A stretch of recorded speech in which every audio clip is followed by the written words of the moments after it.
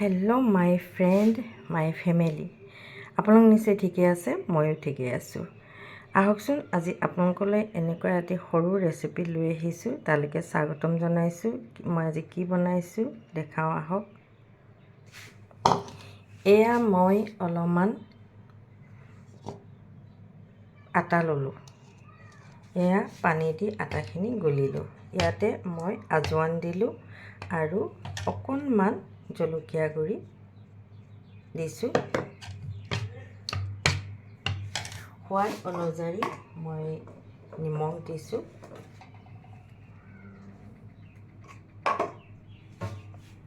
এতিয়া এইখিনি ভালদৰে ফেটি ল'ম।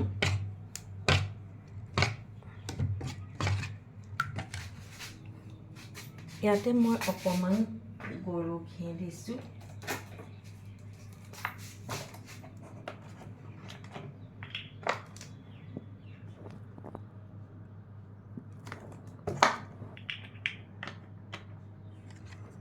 গৰু ঘি দি মিলাইছোঁ।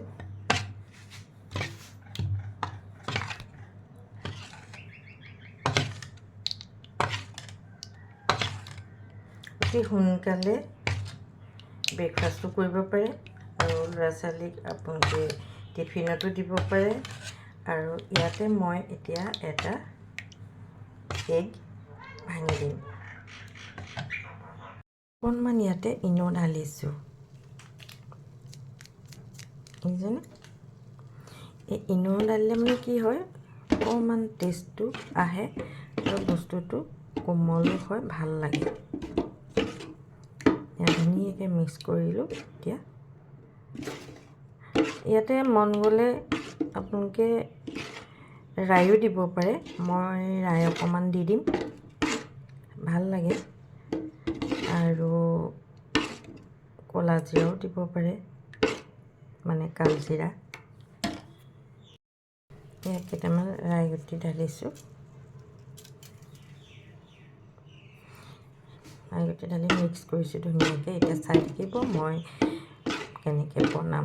বনোৱাটোতো চবেই জানে, তথাপিতো আৰু ইয়াত মানে যেতিয়া অকণমান ঘি বা ৰিফাইন বা মিঠাতেল দি ল'ব, তেতিয়া একো নিদিলেও টাৱাখনত বনাব পাৰি। ধুনীয়াকৈ ফুলি উঠে বা ধুনীয়াকৈ হয়। এতিয়া মই বনাম, চাই যাব।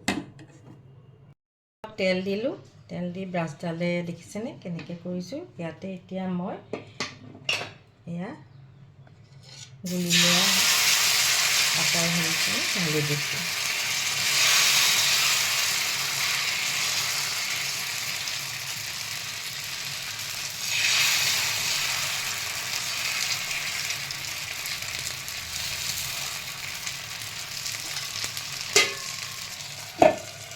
এতিয়া ঢাকনাখন মাৰি দিলোঁ। 2 মিনিটতে এতিয়া হৈ যাব। এয়া মই পিঠাটো উল্টাই দিলোঁ। এতিয়া দেখিছেনে ধুনীয়াকৈ হৈ আহিছে। মাত্ৰ 3 মিনিটতে ধুনীয়াকৈ পিঠাটো হৈ আহে। এয়া দেখিছেনে মই পিঠাটো উল্টাই দিলোঁ। এতিয়া কি ধুনীয়াকৈ হৈ আহিছে। এয়া 3 মিনিটতে এটা পিঠা হৈ যায়। মই এটা এটাকৈ নমাই দিছোঁ।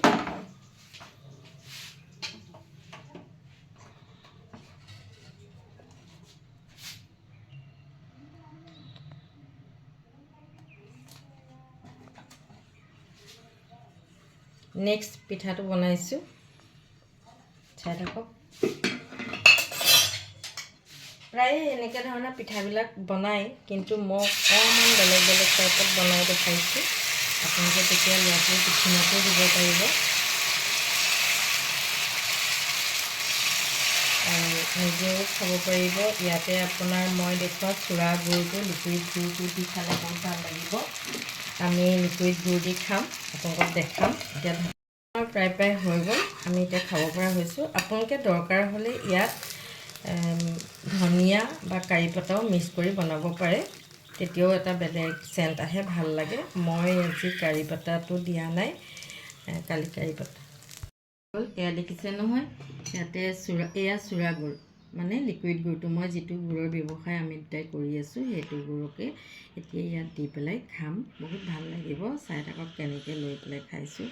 ইয়াতে আপুনি বিস্কুট হওক, কাটা বিস্কুট, ব্ৰেড, ৰুটি, চিৰা, মুড়ি, আখৈ চবৰ লগতে বৰা চাউলৰ ভাত এইবিলাক দি পেলাই খাব পাৰিব। আৰু আজিৰ দিনটোত আছে আপোনাৰ জনি দি পেলাই মই দিনটো পোষ্ট কৰি লৈছোঁ।